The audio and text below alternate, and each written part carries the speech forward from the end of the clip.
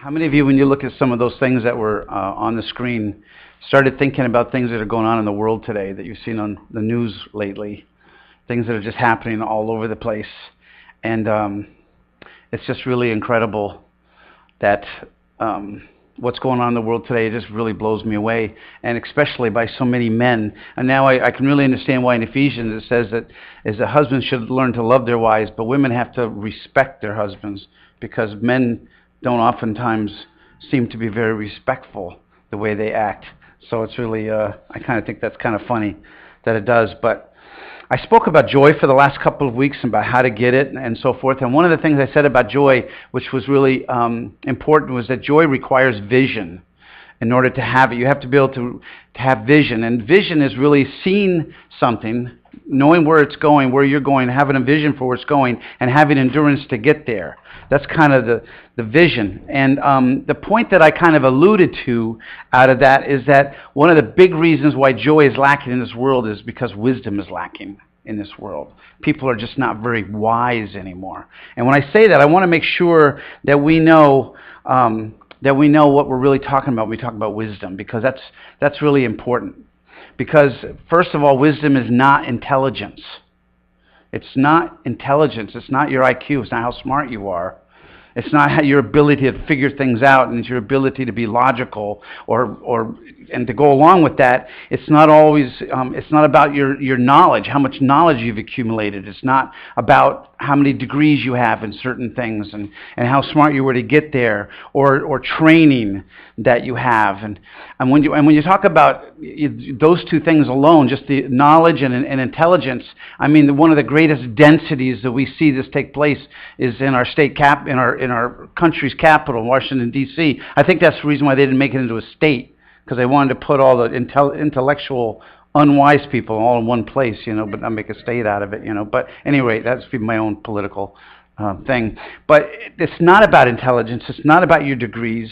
It's not about even training that you got, because you can be trained in one area and be totally lacking knowledge in another area. It's not about how witty you are, what a quick thinker you are. It's not about somebody who can really come up with stuff really quick, or sly. Not about how sly you are, any of that nature. It's not even about common sense, although it has something to do with that. A lot of common sense has been passed down through the ages through wisdom that parents have been able to import, to give. But this common sense and things is just lacking in this world. The wisdom is what's really lacking. Wisdom is really lacking. I was talking to police officer that came into my shop about a year ago, and he was wearing a gun, and he was just leaning over the counter, and I could see it, and I just said to the police officer, I said, "Hey, what kind of gun is that you're wearing?" And he's like, "It's a 9mm Glock or something." I don't know, whatever. Anyway, and then he said, "Hey, don't you have a pistol permit?" And I said, "Yeah." It's like, he goes, "What do you have?" And I told him what I have, and I said, "But I never put a bullet in it."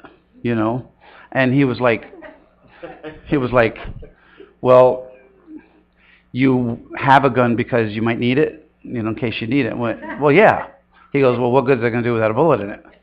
I'm like, there's some common sense that was really lacking there, Just the really simple little things like that. It's just amazing.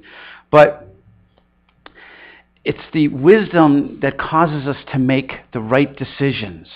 Intelligence doesn't do that for us, believe it or not. Just having intelligence doesn't cause you to make the right choices. If you had the wisdom to see down the road and to endure, you could buy all the stocks tomorrow that would be great in a year from now. You would be making all kinds of decisions that would turn out to bless you down the road. But how do we know? I had an old friend of mine used to say to me all the time, and it makes me laugh so much even when I think of it. He goes, "How do you know if you don't know?" I'm like, "Well, that's a really good question. I don't know. How do you know if you don't know?" And we would laugh and everything. But that's really what this is all about. That's what it's really all about, is getting wisdom from God. So I just want to really kind of go over a couple things that maybe you haven't really noticed in the world lately. But There's such a lack of wisdom going on because we've turned our hearts against God. And when you saw this video, when it talks about Proverbs, Ron probably knows all of these scriptures by heart, about wisdom and about the fool says in his heart there is no God. When we see this world turning away from God and just embracing everything the world has to provide, we're seeing a shocking example of foolishness in the world. I'm going to give you the biggest, huge example that I have ever seen that I read a few months ago. It just blew me away when I read it. In the history of mankind, and I've shared this before, but in the history of mankind since the very beginning, this generation that is here now will live a shorter lifespan than the generation before it. Think about that. Throughout history, every generation lives a little bit longer because we learn from the generations before. This generation will be the first generation. And you know what's really shocking about this? Our science is better. We know more about what's going on. Medications are better. I wouldn't be standing here today if it wasn't blood pressure medicine. I'm living longer simply because our medications are better. Medications didn't even exist 20 years ago. Our medications are better. We've got transplants and replacements, and we can do so much thing in medical science to make people live longer and have better quality of life. We put stents in people's arteries in their hearts, and we put safety features on cars and lawnmowers so they don't cut their foot off. We have all these things that we have done. We do. We have all these safety features, everything to protect people so they can live longer, and yet this generation is going to live shorter lifespan than the previous one. That's amazing. Why is that? Because people choose to do things that are bad for them, even though they know up here they shouldn't be eating crap. They're eating crap. Yes, I said crap from the pulpit. Manure occurreth. They text while they're driving. Their carelessness, they made bad wisdoms from a lack of wisdom. My own niece one time, when she was working for me, I got a text from her about 7:45. She goes, I'm going to be about 10 minutes late. So I'm doing the math. She lives 40 minutes away from work. She's going to be 10 minutes late, and she was 7:45. So she's already 10 minutes into her trip. And she texts me, I'm going to be late. I texted her back, stop texting while you're driving.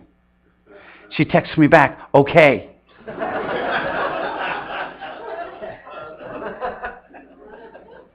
A month later, she was texting and ran into the back of a school bus.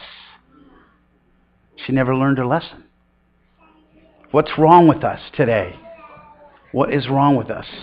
My own life, I'm not going to talk about everybody else. My own life, and I've scored okay on IQ tests, but in my own life in the last 5 years, I have used gasoline to start fire.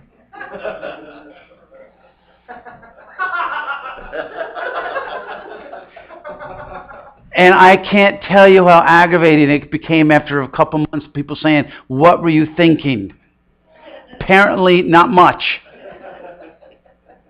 I drove a boat on a trailer into a low bridge when I was warned, make sure you have 13 and a half feet on any bridge that you go under. I did it anyway.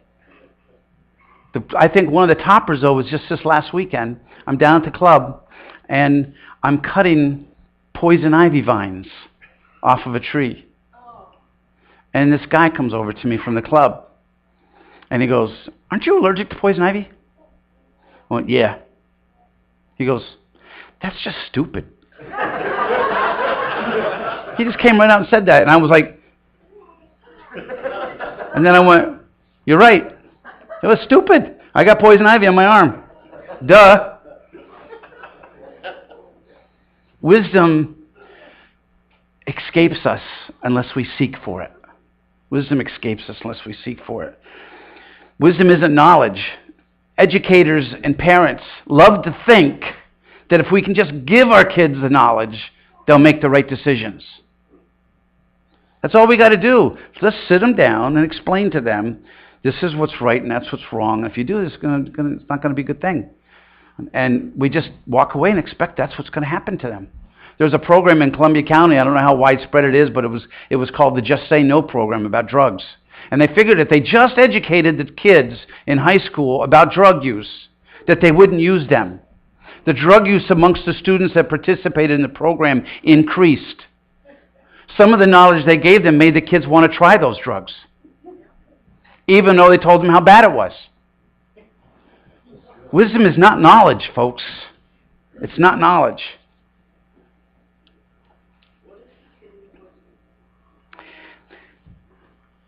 This generation, we need more exercise now than ever before for all the stuff that we're eating.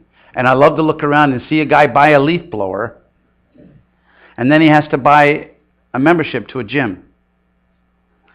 When he could have been raking, saved money on the leaf blower, and not gone to the gym. But that's just kind of wisdom, right? Don't even get me started in government. Okay, it's too late. So, in Greene County, actually it was a federal project, there's a house up in Palinville. This occurred about 15 years ago. Eric knows all about it. There was a house up in Palinville that about every 5 to 10 years, this house got completely flooded by the Catskill Creek running through Palinville. It is the Catskill Creek, right? Catskill Creek, thank you. And it got completely flooded out. And so the U.S. Army Corps of Engineers came up with a plan, and they spent $3.5 million to extend the berm up on the bend of this river so that that river wouldn't flood there anymore on this house. They spent $3.5 million on that project. The house was worth, at the time, $150,000. So I'm thinking, why didn't somebody call me? I could have saved the government over $3 million. Just lack of wisdom. And you know what happens when you make a river unable to flood one area safely? It makes the floods worse downstream. So now they have more flooding downstream. Amazing. Here's a really good one that just happened this week. A man thought he was really, really clever. He would ride around to homes, right around areas and neighborhoods, and find a vacant home. Now, in the old days, if everybody knew who their neighbors was, but not today.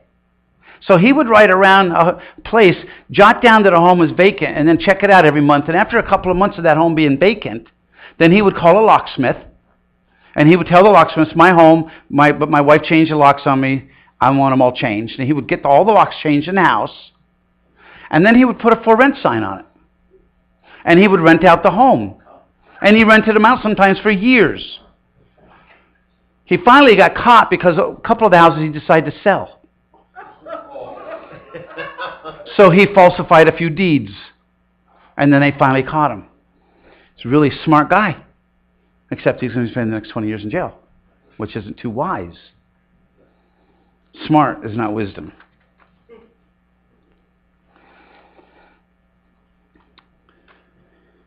There used to be a sign on cars and trucks years ago that said, no fear. I remember seeing those signs, no fear. And I always wanted to run up behind it and put another one right underneath it that would say, no wisdom. Because you have no fear, you have no wisdom. In 2011, Hurricane Irene came to this area. And it was around Labor Day weekend. So this is 5 years ago. It was around Labor Day weekend. We had a boat in the water. I don't know anything. I'm a brand new boat person. I don't really know very much. I just know that hurricanes aren't fun.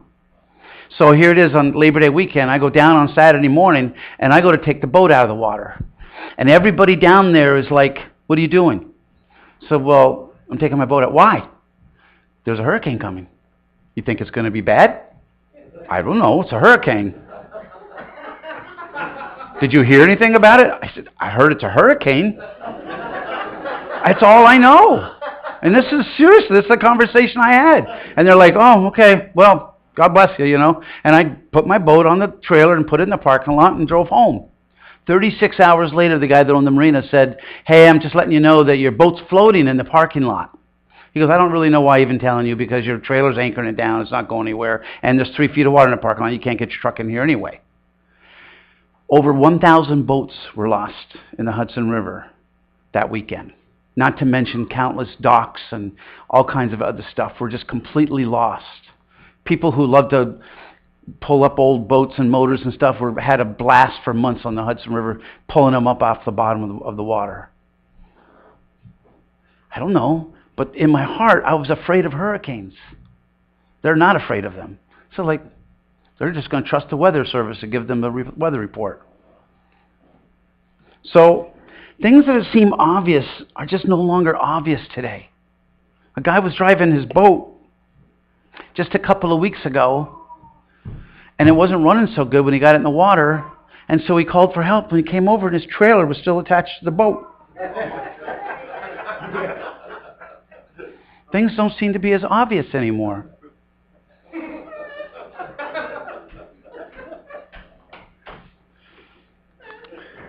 Guy's putting his boat in the water just last Saturday at the boat club. I felt really bad for him. He's like 70 years old, and his pickup truck is about 6 years old, and he backed it down onto the ramp, and then he got out of the truck without putting it in park. And he was really, really fortunate the truck didn't run him over. As soon as he stepped out of it, it just slid and knocked him down on the ramp, and he didn't get his leg underneath the wheel, so that's really good.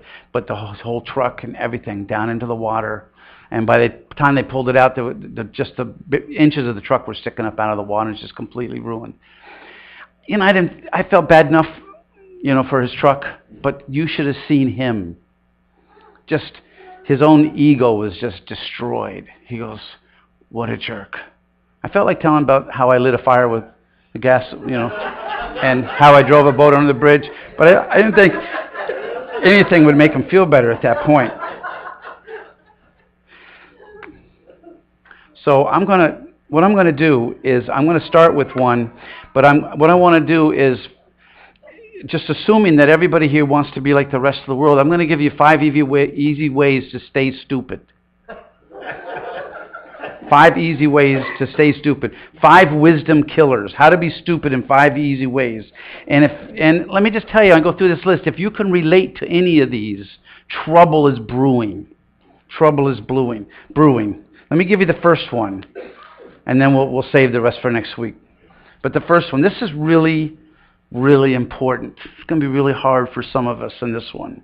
But number 1, if you're taking notes on your app, believe what you want to believe. Believe what you want to believe about anything.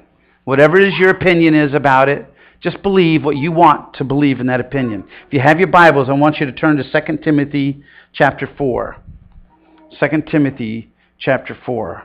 This is a very revealing scripture here, a scripture that really speaks to us in this generation right now. 2 Timothy chapter 4, starting at verse 3. It says, "For the time," Timothy is writing, I think it's Paul's writing to Timothy. He goes, "For the time will come when they," that's us, the world, "the time will come when they will not endure sound doctrine, but wanting to have their ears tickled, they will accumulate for themselves teachers in accordance to their own desires. And they will turn away their ears from the truth and will turn aside to myths." Turn aside to myths. Do you know that goes on in universities, churches, all over the world? You have a board of directors, and they will interview the head guy to see if he agrees with their opinion. And if he agrees with their opinion, then they'll hire him. They're accumulating a teacher according to their own opinions. It's like, I don't want to hear anybody else's opinion but my own. And as a result of that, deception comes, and they lack wisdom. This time that he's speaking about, I believe, has come to the earth now. I believe it's come now because myths abound on the face of the earth. Everywhere I go, I don't care if it's even science. There's just stuff all over the place. Hey, you know what? Since I get poison ivy, just Google poison ivy sometime and see what's out there. And look at Wikipedia, what it says about poison ivy. Wikipedia has about one little page on it because there's so much conflicting opinions that they constantly edit stuff out of it all the time and barely have anything to say about it. But there's myths all over the place, and people want their ears tickled. I have a chocolate lab. Most of you know who she is. And I'm telling you, just like a little baby, she comes over to you and you start tickling her ear. You can say anything you want to her. You're the ugliest dog I've ever seen. You're such a jerk. You know, it's like you can, as long as she's getting her ears tickled, she could care less what you're saying. And that's what it is with us. We want to believe what we want to believe. We don't want to hear the truth about things that's really going on. The truth may not always agree with our opinion. But think back. When was the last time you said, I was wrong? If you have a hard time remembering when you said that, this problem might relate to you a little bit. Guys, gals, spouses, when's the last time you said, I was wrong?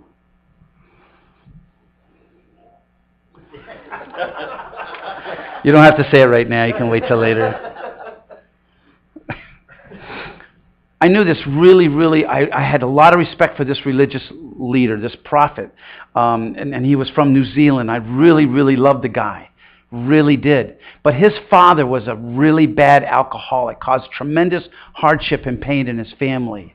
And he did not want to believe that Jesus turned the water into wine. Matter of fact, he didn't believe that the Bible said anything about wine. There was no wine. It was all grape juice. So I just presented him a couple little simple questions like, well, how do you keep grapefruits from fermenting when there's no refrigeration or ice available in Jerusalem? It just didn't. He wanted to believe what he wanted to believe. And it's sad. And we're like that. There's certain things that we hold on to. If you're going to refuse the truth, look out for trouble. So we're bowling. Linda and I are bowling on the Senior Citizen League. It's a big bowling alley in Kingston. And I happen to look on the list, and I happen to see where we're bowling, and happen to see this other team that's going to be bowling on lane 6 right next to us. And they come walking down the thing, and they're like looking to see their name. And I said, "You're bowling on lane 6." And they went to me, "No, we're not." I went, yeah, you are. You're bowling on lane 6. "No, we're not." I said, "Yeah, you're right. You're bowling on lane 41. There's only 40 lanes in the house. 41 is outside the other door. But at that point, I'm now like, okay, if you don't want to listen to me, then I'm going to send you on a ride. You know, I get mischievous like that. I get a little bit annoyed at people that don't want to hear the truth. And so then I just, okay, you're on 41. They go, okay, thanks. And then they walk down.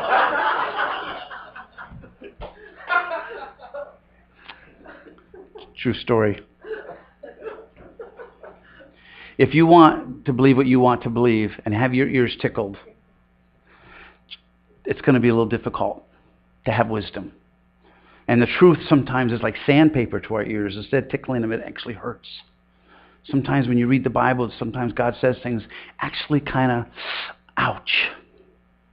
Sometimes when God speaks to me about something like telling people to go to lane 41 and says, I don't want you to do that anymore, I'm like, darn. That actually hurt. Because I like that. I like having fun like that. We'll do 2 through 5 next week. But let me say, folks, if you're going to stand out to your neighbors, to your coworkers, to anybody in your life, wisdom is going to be a key factor. We talked about joy. Joy is going to be key. Wisdom is going to be a key factor in your life to do that. Because the world is starving for wisdom. It's starving for it. If you need it, ask.